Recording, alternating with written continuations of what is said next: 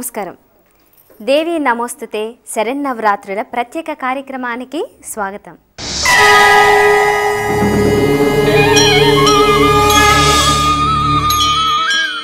స్త్రీని మాతృస్వరూపిణిగా గౌరవించే సంస్కృతి మనది. మన దేశం ఆధ్యాత్మిక విద్యలకు పుట్టిల్లు. అందువల్లే మనం జరుపుకునే ప్రతి పండుగల్లో, పర్వదినాల్లో ఆధ్యాత్మిక దృష్టి కనిపిస్తుంది. దేవి నవరాత్రులు ప్రారంభమయ్యాయి. ఈ 9 రోజులు అమ్మవారు వివిధ అలంకారాలలో, వివిధ రూపాలలో, వేల నామాలతో పూజిస్తారు. ఈరోజు అమ్మవారి రూపం బాల. బాల అంటే చిన్న పిల్ల అని అర్థం. దేవి ఉపాసకులు ఆత్మజ్ఞానం పొందే ప్రారంభ దశ కాబట్టి దేవిని బాలా త్రిపుర సుందరి రూపంలో ఆరాధిస్తారు. నమ్మి కొలిచిన వారిని అనునిత్యం కాపాడుతుంది ఆ తల్లి. అంతటి జగన్మాత ఈ శరన్నవరాత్రుల శుభవేళ రోజుకో అలంకారముతో దర్శనమిస్తుంది, భక్తజనులను అనుగ్రహిస్తుంది.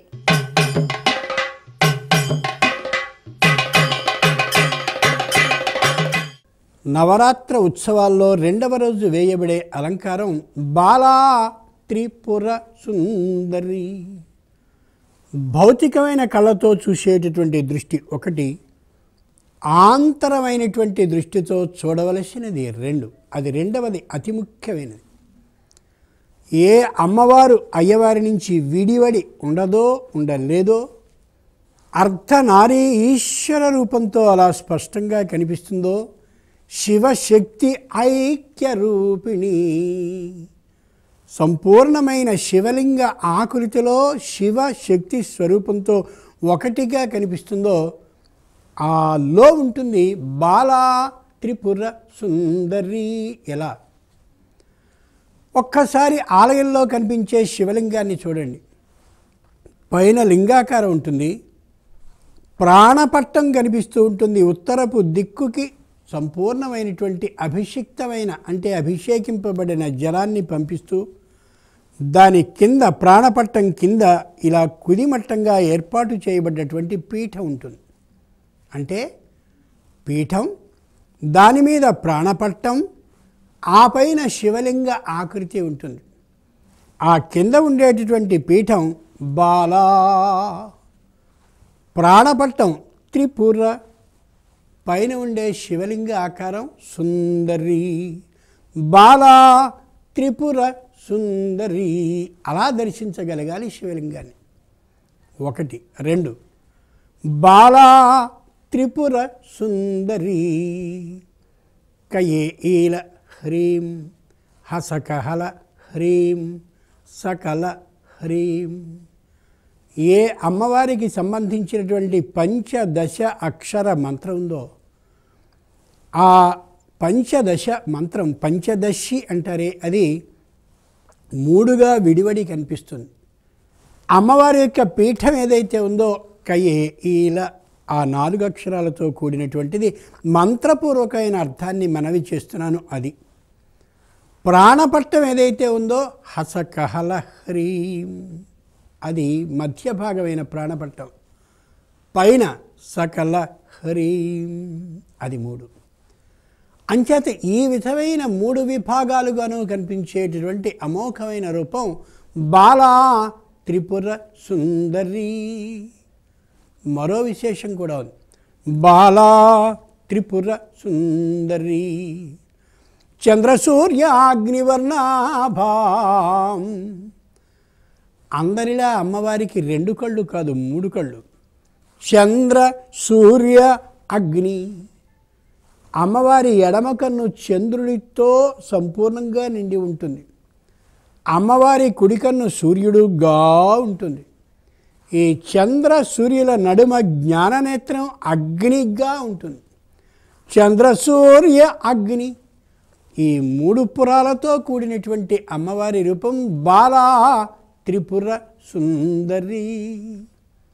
మరో విశేషం, జాగ్రత్త స్వప్న సుషుప్తి. జాగ్రత్త అంటే మెలకువగా ఉన్నటువంటి సందర్భం, సుప్తి అంటే కాస్త ఆ ధ్యానానికి సంబంధించినటువంటి ఆ స్థితికి వెళ్ళిన సందర్భం. ఆ పై ఉన్నటువంటి సుషుప్తి అవస్థలో జాగ్రత్త, స్వప్న, సుషుప్తి మధ్యలో ఉండే స్వప్నావస్థ దాటాక సుషుప్తికి వెళ్ళాక సంపూర్ణమైన ధ్యానావస్థిత చేతస ఆ స్థాయికి వెళ్ళిపోయిన తర్వాత అమ్మ స్పష్టంగా దర్శనమిస్తూ ఉంటే అది బాలా త్రిపుర సుందరి. మరో విశేషం, భూత భవిష్యత్ వర్తమానాలు 3. అమ్మవారి యొక్క రూపాన్ని ఒకసారి చూసామంటే నిన్నటి రోజున చూసాం, ఒక విధంగా దర్శనమైంది.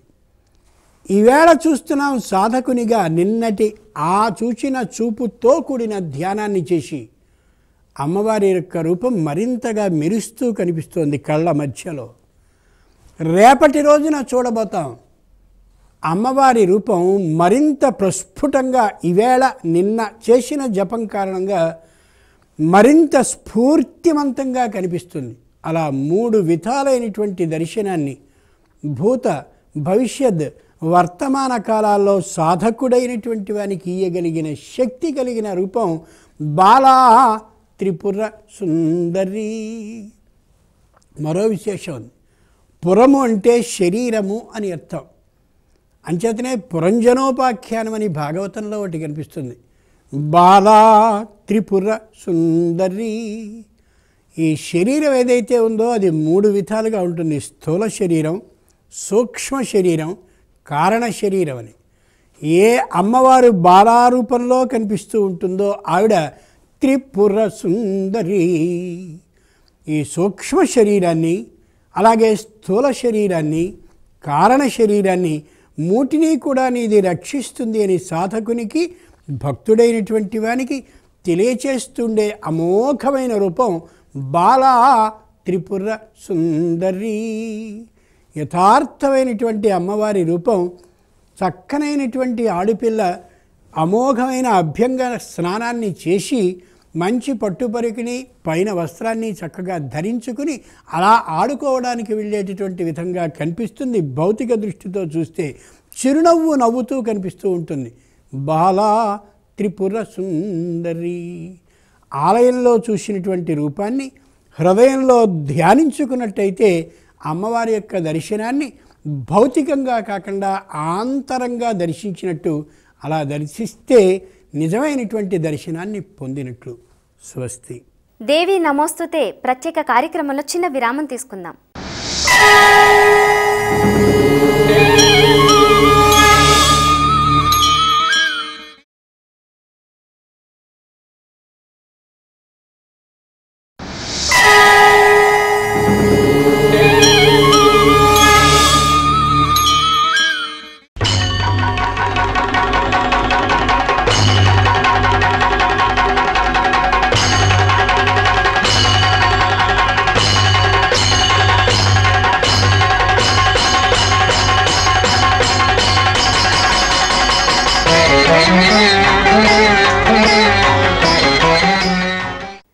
అష్టాదశ శక్తిపీఠాలను సాక్షాత్కరింపచేస్తున్న దేవి నమోస్తుతేలో నేడు మరో 2 దివ్యక్షేత్రాలను దర్శించుకుందాం.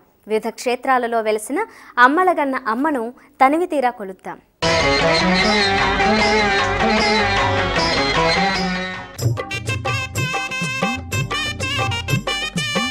హిమగిరిలో ఉద్భవించిన గంగమ్మ వివిధ ప్రదేశాలను పునీతం చేస్తూ మహాసాగరంలో కలుస్తుంది.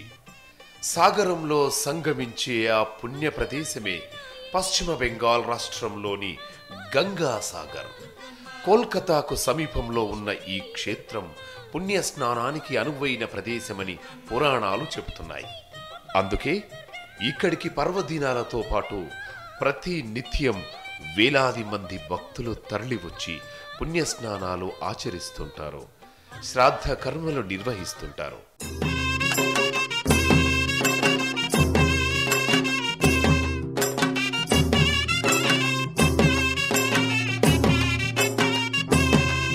ఓం శాంకరి శ్రీ గౌరీ కరుణించవే శివదేవేరి, జై శాంభవి శివ సతివే హిమనందిని హర ప్రియవే.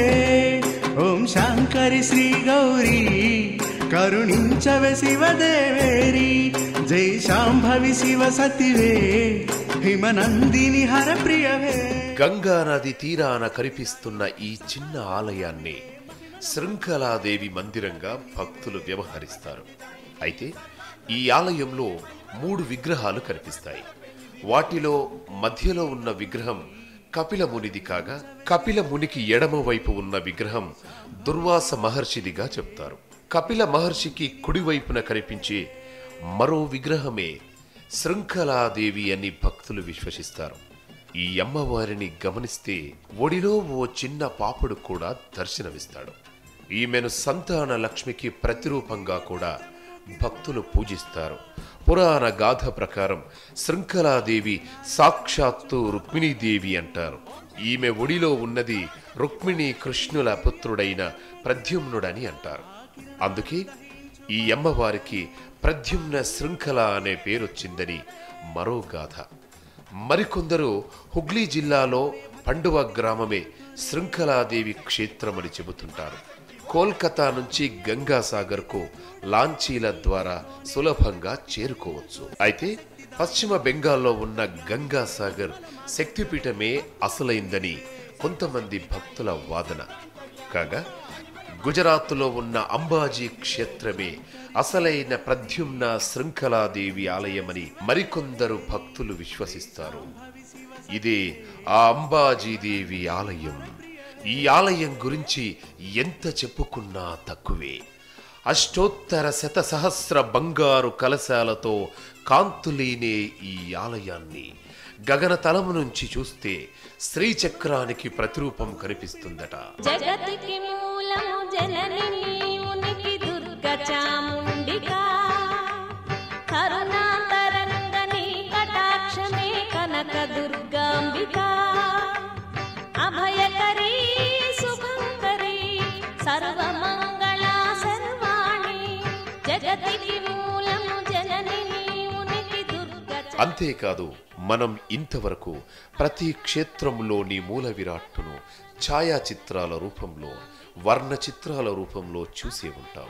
కానీ ఇక్కడ మాత్రం ఇంతవరకు ఎవరూ ఛాయాచిత్రాలు తీయలేదు, వర్ణ చిత్రాలు వేయలేదు.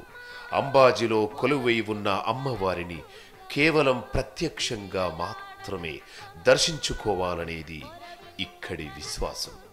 మరో విశేషం ఏమిటంటే, గర్భాలయంలో ఎలాంటి విగ్రహం ఉండదు. బంగారు శ్రీచక్రాన్నే ఇక్కడి మూల విరాట్టుగా వ్యవహరిస్తారు. ఆ బంగారు శ్రీచక్ర కవచం వెనుక అసలైన యంత్రం ఉంటుందట. ఆ యంత్రాన్ని ఇంతవరకు అర్చకులు సైతం నేరుగా చూడలేదట. అభిషేకాదుల కోసం శ్రీ యంత్ర కవచాన్ని తీయాల్సి వస్తే అర్చకులు కూడా కళ్లకు గంతలు కట్టుకుంటారట.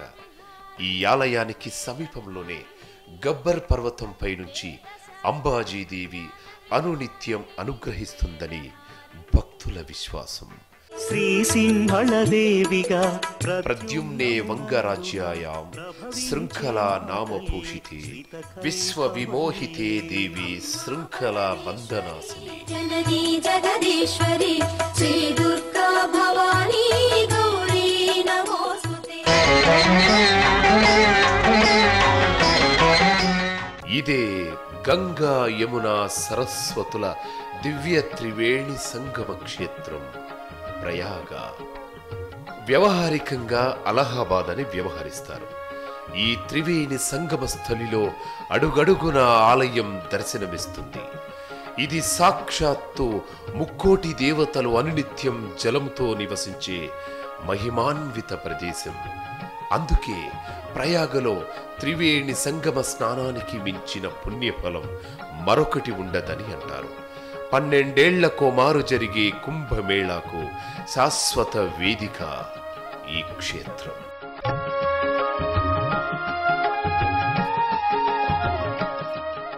ఇంతటి విశిష్ట క్షేత్రంలో జగన్మాత పరమేశ్వరి మాధవేశ్వరిగా కొలువై ఉన్నారు. ఇదే ఆ మాధవేశ్వరి అమ్మవారి ఆలయం.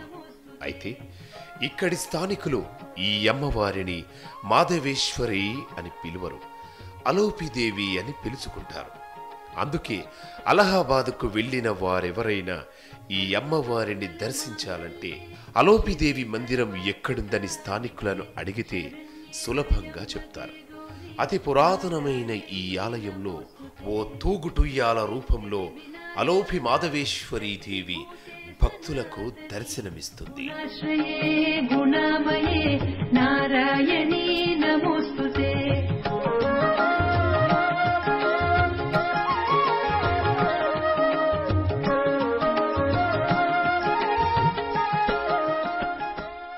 అలోపి అంటే ఆఖరి భాగం అని అర్థం. అంటే ఛిద్రమైన సతీదేవి శరీరంలోని ఆఖరి భాగం ఈ ప్రదేశంలో పడిందని పురాణ కథనం. పూజ చేసి మా జన్మ ధన్యమాయనే, పాప భారమంతా నీ కరుణ కరిగిపోయెనే, జీవితాలలోన నిండార వెలుగు నిండనే, కనక దుర్గమాత నిన్ను శరణు వేడినాములే, కష్టమైన నష్టమైన నిన్ను వీడిపోములే, నీ దివ్య చరణాల శరణంటి నోయమ్మ, దుష్ట ధ్వంసిని శిష్టపాలిని. మాధవేశ్వరి అనే పదానికి అమృతాన్ని ప్రసాదించే దేవి అని, మహాలక్ష్మి దేవి అనే అర్థాలు కూడా ఉన్నాయి. అందుకే ఈ క్షేత్రంలో నెలవైన తోగుటుయ్యాలను ముగ్గురమ్మల ప్రతిరూపంగా భక్తులు భావిస్తారు. ఈ అమ్మవారిని సేవిస్తే సంతాన భాగ్యం కలుగుతుందని భక్తులు విశ్వసిస్తారు. అలహాబాద్ క్షేత్రాన్ని చేరుకోవడానికి హైదరాబాద్తో పాటు దేశంలోని వివిధ ప్రాంతాల నుంచి రవాణా సౌకర్యం ఉంది. ప్రయాగ క్షేత్రంలో నా మాధవేశ్వరి మంగళ్య ప్రయాగస్థల వాసిని, త్రివేణీ సంగమ తీరే భుక్తి ముక్తి ప్రదాయిని. జననీ జగదీశ్వరి శ్రీ దుర్గా భవానీ గౌరీ నమోస్తుతే. దేవి నమోస్తుతే ప్రత్యేక కార్యక్రమంలో ఇప్పుడు మరో చిన్న విరామం.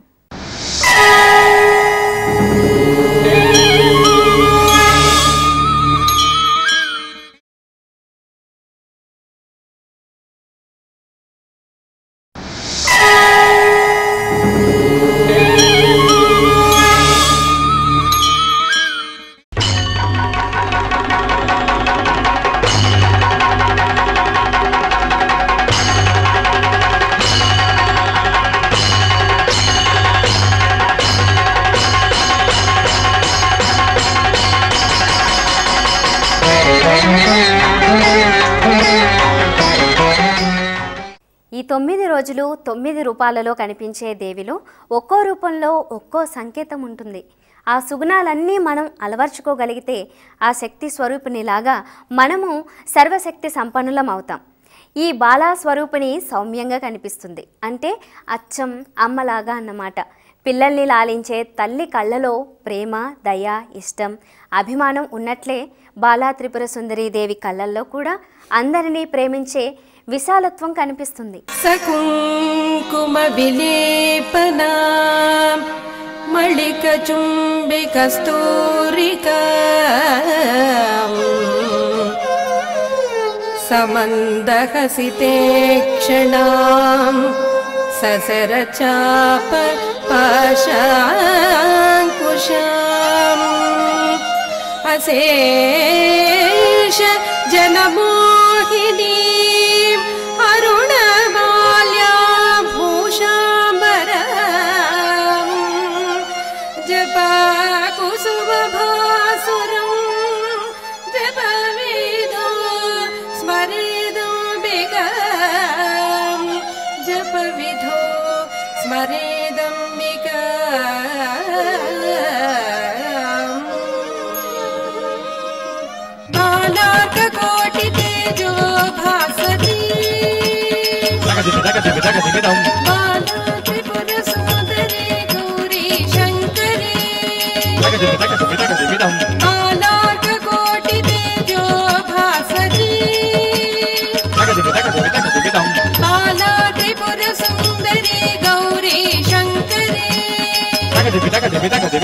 అఖిలాండ కోటి బ్రహ్మాండరాడి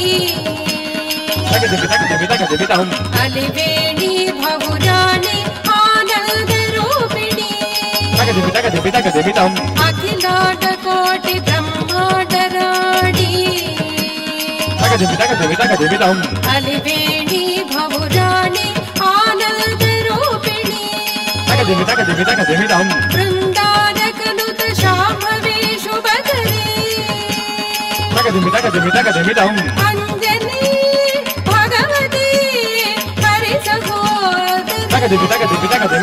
బృందారకనుత శాంభవి శుభకరీ అంజనీ భగవతి హరి సహోదరి ఆనాటకోటి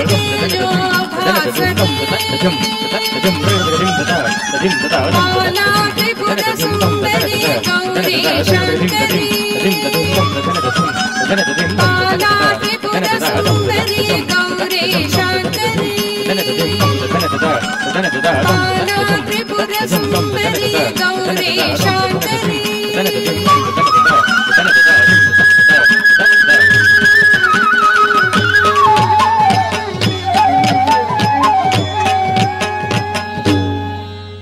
సత్యం, జ్ఞానం, ఆనందం, లావణ్యం, పరాక్రమం, వినయం, ఔదార్యం, గాంభీర్యం, వాత్సల్యం మొదలైన ధర్మాలతో దేవి పరాక్రమ సంపన్నురాలు.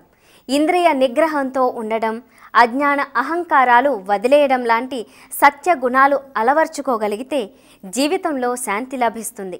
అమ్మ కరుణ గెలుచుకునే దారి కూడా ఇదే.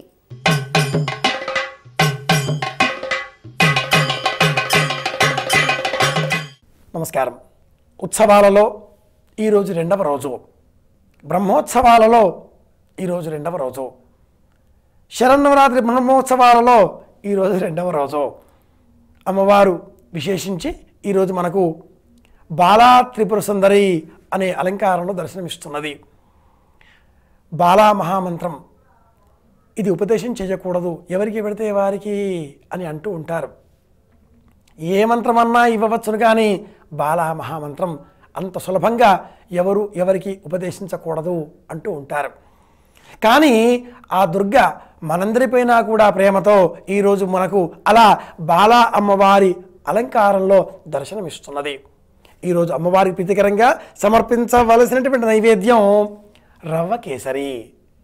మరొక ప్రాంతంలో శ్రీశైలంలో అమ్మవారిని బ్రహ్మచారిణి అలంకారం చేస్తూ ఉండగా మనం దర్శనం చేసుకోగలుగుతున్నాం. ఇలా బ్రహ్మచారిణి స్వరూపంలో అలంకారం చేస్తున్నప్పుడు అమ్మవారికి ప్రీతికరంగా సమర్పించవలసినటువంటి నైవేద్యం పులిహోర. అమ్మవారిని ఈరోజు మనం కుమారి అన్న పేరుతో 3 సంవత్సరాల వయస్సు ఉన్నటువంటి బాలికను అర్చించి 3 సంవత్సరాల బాలిక బాలా త్రిపుర సుందరి స్వరూపం అని కూడా స్తోత్రం చేయవచ్చును. సమర్పించవలసిన నైవేద్యం మట్టుకు రవ్వ కేసరి లేదా పులిహోర. ఇది ఈనాటి నైవేద్యం. ప్రతి దేశానికి, ప్రతి ప్రాంతానికి ఒక ప్రత్యేకమైన చరిత్ర ఉంది. ఘనమైన ఐతిహాసిక నేపథ్యం ఉంది. సర్వమత సారాలు, పుణ్య నదులు పారే ఈ పుణ్యభూమిలో అడుగడుగునా గుడి ఉంది. ఆధ్యాత్మికతను జాగృతి చేసే జేగంటల నాదం ప్రతి అడుగులో వినిపిస్తుంది. ఇది అమ్మ కరుణ ప్రసరించిన నేల. అందం, ధార్మికత, ప్రాచీనత, చారిత్రక విశిష్టత, ప్రకృతి వైవిధ్యత కలబోసుకున్న ప్రతి ప్రాంతం అరుదైన సంస్కృతి సంప్రదాయాలకు ఆలవాలం.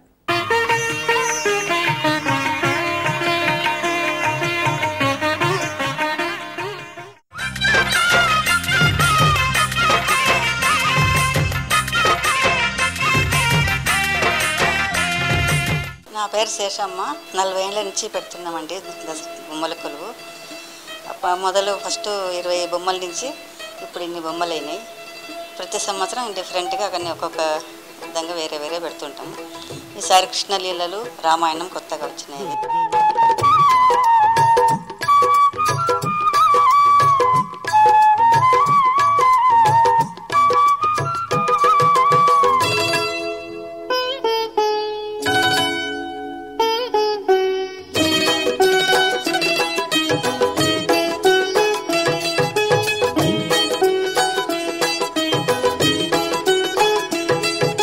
శ్రావణ మాసం నుంచి దసరా వరకు పెడతామండి.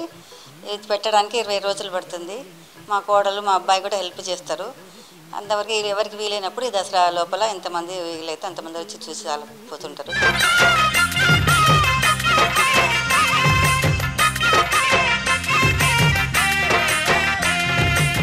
దేవి నమోస్తుతే ప్రత్యేక కార్యక్రమాన్ని చూశారు కదా.